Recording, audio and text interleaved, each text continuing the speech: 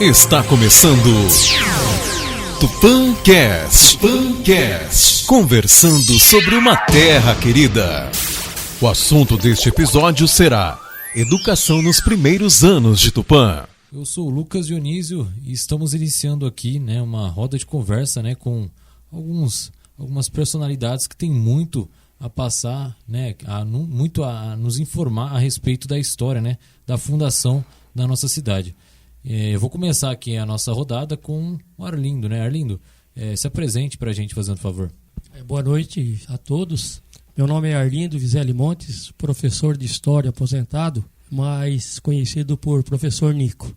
Meu nome é Yara Bianchi Nakayama, sou professora de História, uma das autoras do livro, juntamente com outras pessoas. Fui durante 30 anos secretária de escola do Índia Vanuiri e depois professora de História Moderna e Contemporânea da Faculdade de Filosofia. Boa noite, sou Tamimi David Reis Borsato, sou professora aposentada e trabalho no museu, estou à frente dele há 35 anos e gosto do que faço e, através do museu, eu posso estar contando não só a história da cidade, mas a história de como formou o nosso museu, do seu acervo e de como preservador da nossa cultura, não só de Tupã, mas de toda a região. Meu nome é Paulo José de Oliveira Silva, sou professor de História, atuei mais como pesquisador na área de História. E lembrando também que eu sou funcionário público da Câmara Municipal de Arco-Íris, já trabalhei em Tupã, trabalhei nos Correios durante muito tempo, mas eu faço questão de destacar que aquilo que eu conheço foi graças aos bons professores que eu tive. E eu tive a oportunidade de ser aluno do professor Nico, no Índia Vanuiri, aluno da professora Yara, na Fafite, e bebi muito da sabedoria da professora Tamimi, tanto no Buarque de Macedo, como também trabalhando com ela no museu e realizando pesquisas históricas para trabalhos do museu. Então, nós estamos aqui para contribuir com esse trabalho do curso de jornalismo da FACAT. Então, a gente vai começar então a segunda etapa, que é sobre a educação. Como é que se deu o processo de educação, pessoal? Como é que fazia para poder ter acesso ao ensino, acesso à educação? Quando começou a educação? Isso, como é que teve alguma escola? Foi como é que eram as Souza escolas? Leão, que ele conhecia muito a família da dona Flórida de Campos Rodrigues e convidou para que ela viesse a Tupã licionar. E o professor Tobias Rodrigues. Então, onde é o Hotel Tamoio, foi construído 2 classes em madeira. Essa foi em madeira, Yara? Foram. Aonde o professor Tobias dava para os meninos e a professora Flórida eram leigos, não eram formados. Para as meninas. Ele era contador. Ele era contador. E acontece que os dois se encantaram, se apaixonaram, casaram. E então formou-se a primeira escola mista, porque ela teve logo em seguida seus filhos e o professor Tobias começou a licionar para as mulheres e para os meninos. E eram pagos pelo senhor Luiz de Souza Leão, na época. E para atrair as crianças, a dona Nenê, esposa do seu Souza, fazia teatro à noite, junto com a dona Flórida, para que as crianças se interessassem pelas escolas. Você conheceu essa passagem, né? A dona Flórida que contava, tadinha. A escola chamava-se Olavo Bilac. Olavo Bilac. E não podia misturar menino com menina, cada um no seu turno. E a mãe da dona Flórida foi a primeira parteira de Tupã, já que vai falar em saúde. A dona Joana. E na casa dela tinha na frente uma cegonha. Até pouco tempo. Sabe onde é? Não. Na esquina da Coroados com Iporãs. Coroados com Iporãs. No lado, subindo, do lado direito, tinha a casa na esquininha com a cegonha grande lá. Porque era parteira. Não, eles pintaram e tiraram, mas a casa parece que permanece a mesma. Então, o pessoal acho que nem sabia o símbolo da história. A gente sabia, sim. Não. O pessoal que pintou... Acho que sim, não. Acho que não tinha noção, não sei. E depois dessa escola, né, que a Yara e a também me colocaram, começaram a surgir outras escolas, né? Então, numa fazenda, num sítio, por exemplo, se construía uma escolinha de tábua, né? E pessoas do município que não eram formados, mas eram mais capacitados, né, do que os demais. As era um exemplo. Elas começaram a licionar. E como não eram professoras formadas. leigas, né? Então, isso foi criando, logicamente, uma educação, de uma certa forma, prioritária, mesmo para as pessoas que morassem distante aqui, né, da sede do município. E até recentemente, nós tínhamos ainda muitas escolas chamadas escolas isoladas. Isoladas. Então, eu, por exemplo, me lembro que eu fui dar aula em 1969 na escola do Paulo Meireles, ali descendo para o Rio do Peixe.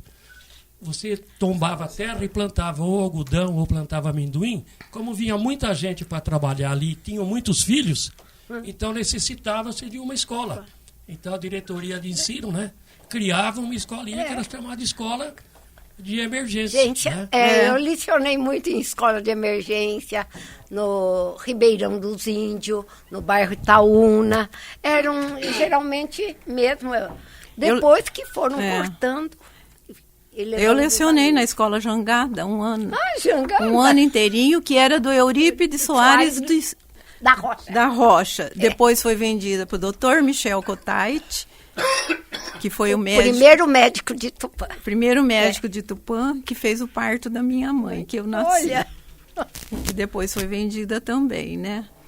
E eu lecionei 1 ano e meio na Fazenda Jangada. Era uma fazenda bem cobiçada. Cobiçada, não tinha como ir para a fazenda. Então, meu pai me levava e me buscava. Através do Picadão. Eu já era mais chique. A gente ia pela Vila Indústria.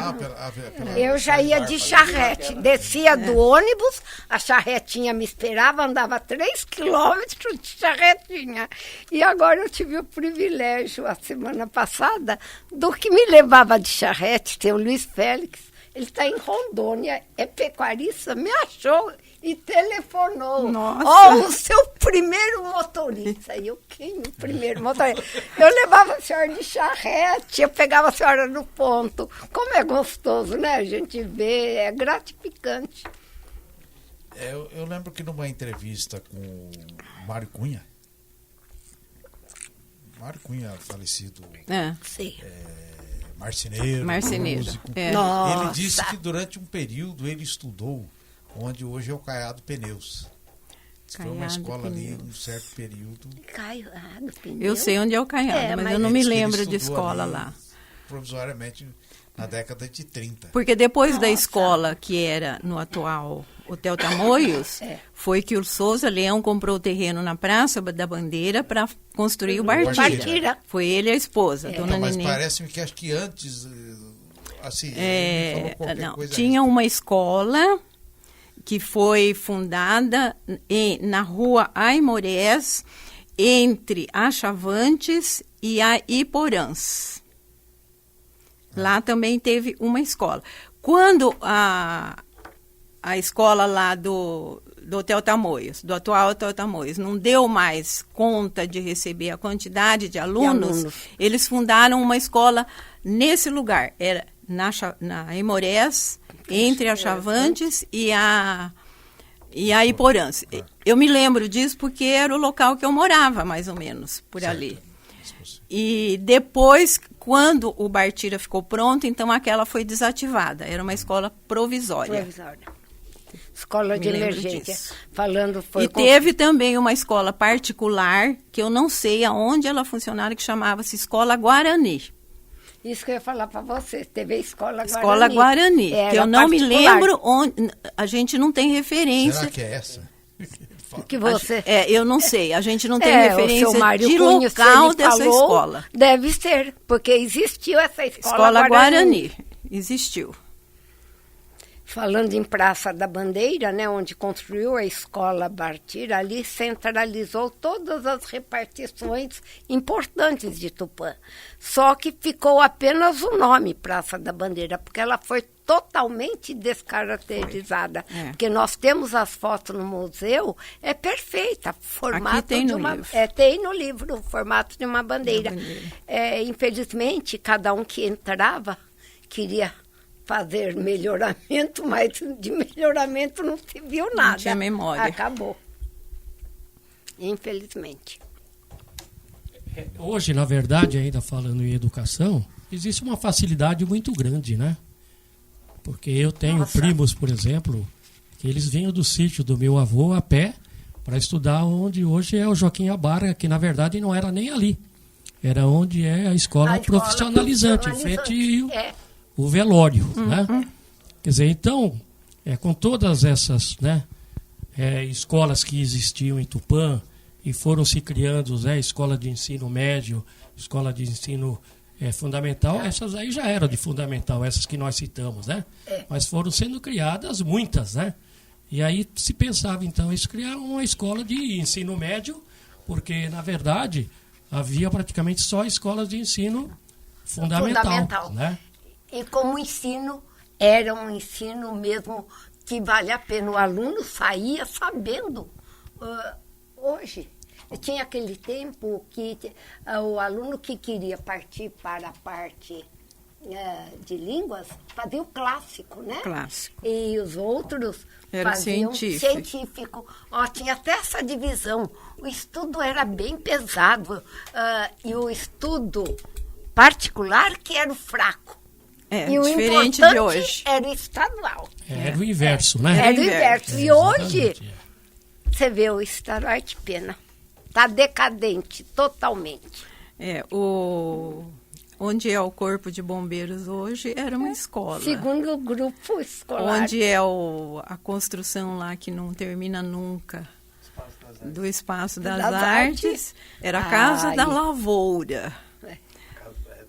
Casa da Lavoura. Aquele prédio lá já serviu para um monte de coisa, né? E lá começou, foi o Exército primeiro, depois Casa da Lavoura.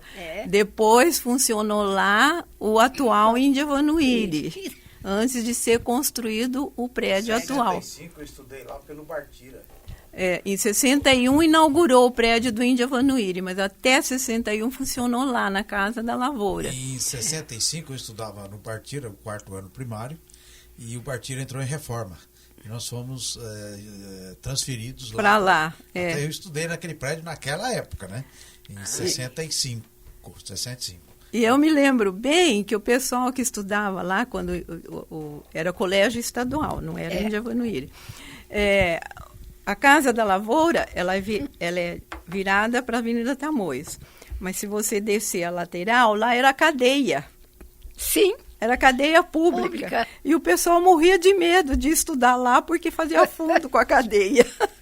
Era engraçado. E vocês falando, né, desse prédio aí, por exemplo, eu sou da primeira turma da Fafite, né, de Tupã. Foi ali também. Foi ali também. Porque o vestibular da Fafite foi no IPT, que hoje está desativado, né, que era o Dom Bosco, né? E as aulas iniciais da Fafite começaram exatamente ali nesse prédio também. E depois no Colégio das Freiras. Depois no Colégio das Freiras. Depois é que foi criado a faculdade lá em cima, né? Onde hoje é o Instituto Federal. A educação física foi muito tempo naquele prédio também. Foi também. Olha, um pecado foi o Colégio das Freiras, das Irmãs Salesianas. Aquele monumento, depois foram vendendo, foram embora, transformou em shopping, transformou no Objetivo. E, no fim, agora, em hotel, vou lá, que judiação, me formei ali. O pior de tudo era tudo que tinha lá de objetos de arte, a capela, que era a coisa mais maravilhosa. Mármore de Carrara, inteirinha. Desapareceu tudo. Eu sei tudo. De uma imagem tem alguma de coisa Nossa no museu, Senhora né? Auxiliadora. Ainda. Não sei. Sabe o que foi pro museu? Os quadros de formatura. Que depois tiraram para fazer uma exposição, nunca mais voltaram. E onde são? Brasília. Eu fui da época de Brasília, acabou. tudo. Foi o que mandaram, que não sabia, porque as imagens, eu sei de muitas imagens que estão em casas de pessoas que nunca nem estudaram em colégio de freira e nem eram de Tupã. Foram pegando, levando. Como os bancos da Praça da Bandeira. Ai, que dó. Bancos históricos. Esses são. E tem outra questão na parte educacional, é que, por exemplo, eu vejo pela minha família. A minha avó, por exemplo, ela cresceu na região da Zona Velha, Monte Azul Paulista. E ela é contemporânea do Sebastião Veríssimo. Ai, E os dois estudaram juntos. Mas naquele tempo o ensino não era obrigatório, era o ensino do... Laico. Não, era o ensino dos mestres escola, que eles iam dar aula lá 2 meses, 3 meses igual e embora. No Nordeste. Ela foi. Então, eu fui. Então, aí, posteriormente, quando o Tupã foi fundado, aí o ensino já era obrigatório, né? Por isso que... Obrigatório em tese, oficializado, né? né? Oficializado. Foi oficializado. Porque muita gente, principalmente muitas mulheres não se alfabetizaram naquela época. Só os homens. Eram analfabetos. Havia uma teoria... porque mulher precisa aprender. Mulher é dona a de mulher casa. era dona de casa, doméstica. Tinha uma família de Herculândia, por exemplo, já que nós falamos de Herculândia, não vou falar o nome da família, que o patrão do meu avô falou para minha avó, mas para que mandar essa menina na escola? Que minha mãe estudava na escola... Lourdinho? Não, que hoje é... Aristides. Não, Maria Barbieri. Não, Aristides Rodrigues Simões. Que hoje é Aristides Rodrigues Simões. Que é o pai do Francisco Rodrigues Simões. Simões. Então, tinha essa mentalidade, que a mulher não devia estudar e tal. Mas Tupã, curiosamente, já pegou uma época em que o ensino já era oficial. Já existia... passou a existir o ginásio, passou a existir escola técnica. Antes da escola Olavo Bilac, que depois ela foi desativada quando criou o Bartira, né? Certo. Mas antes disso, ela já tinha sido transformada em escola oficial. Antes de ir para o Bartira, ela já era escola oficial. Então há esse fator assim, porque foi uma sequência até da evolução histórica. Por exemplo, Isso. Tupã começou com o ensino já oficializado, existia até as escolas rurais que começaram a existir. Evidentemente, elas deixaram de existir com o êxodo rural, que elas ficaram inviáveis, aí passou a existir o transporte para a cidade, transporte. E é importante lembrar também o boom que existiu em Tupã das faculdades, né? Que foi a década de 60. Nossa, vinha gente... Onde surgiram todas as faculdades, todas surgiram na década de 60, né? 60 e 70, e Tupã né? foi até considerado metrópole, né? Do progresso da Alta Paulista. Olha, vinha ônibus, vinha gente do Paraná, vinha do Mato... Todo mundo para poder estudar. Era ensino vago, né, bem? Era de final de semana. Depois teve, né? Teve. No começo no início não. No início não, mas foi depois... quando a Associação de Ensino de Marília comprou, que aí começaram os cursos vagos. Só final de semana. A FAFIT funcionava de segunda a sábado. De segunda a sábado. E tinha muita gente que vinha só na quinta-feira à noite. Dormia aqui, ficava sexta-feira e ia embora no sábado, né? Mas não era 50% de frequência. Né? Verdade. Então, tinha muito aluno do Paraná na FAFIT, muito aluno. Sim, porque tinha uns amigos que pediram para acolher os filhos que vinham na quinta-feira, vindo do Paraná, para estudar. Nossa, Tupã teve muita coisa boa. Infelizmente, está decaindo dia a dia. É um pecado. Hoje nós temos, né, para os jovens ainda a oportunidade de cursar uma faculdade na nossa cidade. Sim. Nós, por exemplo, não tivemos. Não. A gente fez o que tinha. Eu terminei o magistério em 1964 e fui cursar a FAFIT em 68. Eu já poderia ter tido uma outra formatura nesse período, né? Mas não tinha. Eu, por exemplo, gostaria de ter feito economia, só que só tinha em Marília. Mas eu tinha que trabalhar. E fui bancário antes de ser professor durante 10 anos, né? Aí, o que se criou em Tupã, na FAFIT? História, pedagogia, matemática e letras. Aí eu fui para o campo da história. Mas não me arrependo não, viu? Senão a gente não estaria aqui, né? Verdade. Acompanhe no próximo episódio Saúde nos primeiros anos de Tupã. Você ouviu Tupãcast, conversando sobre uma terra querida.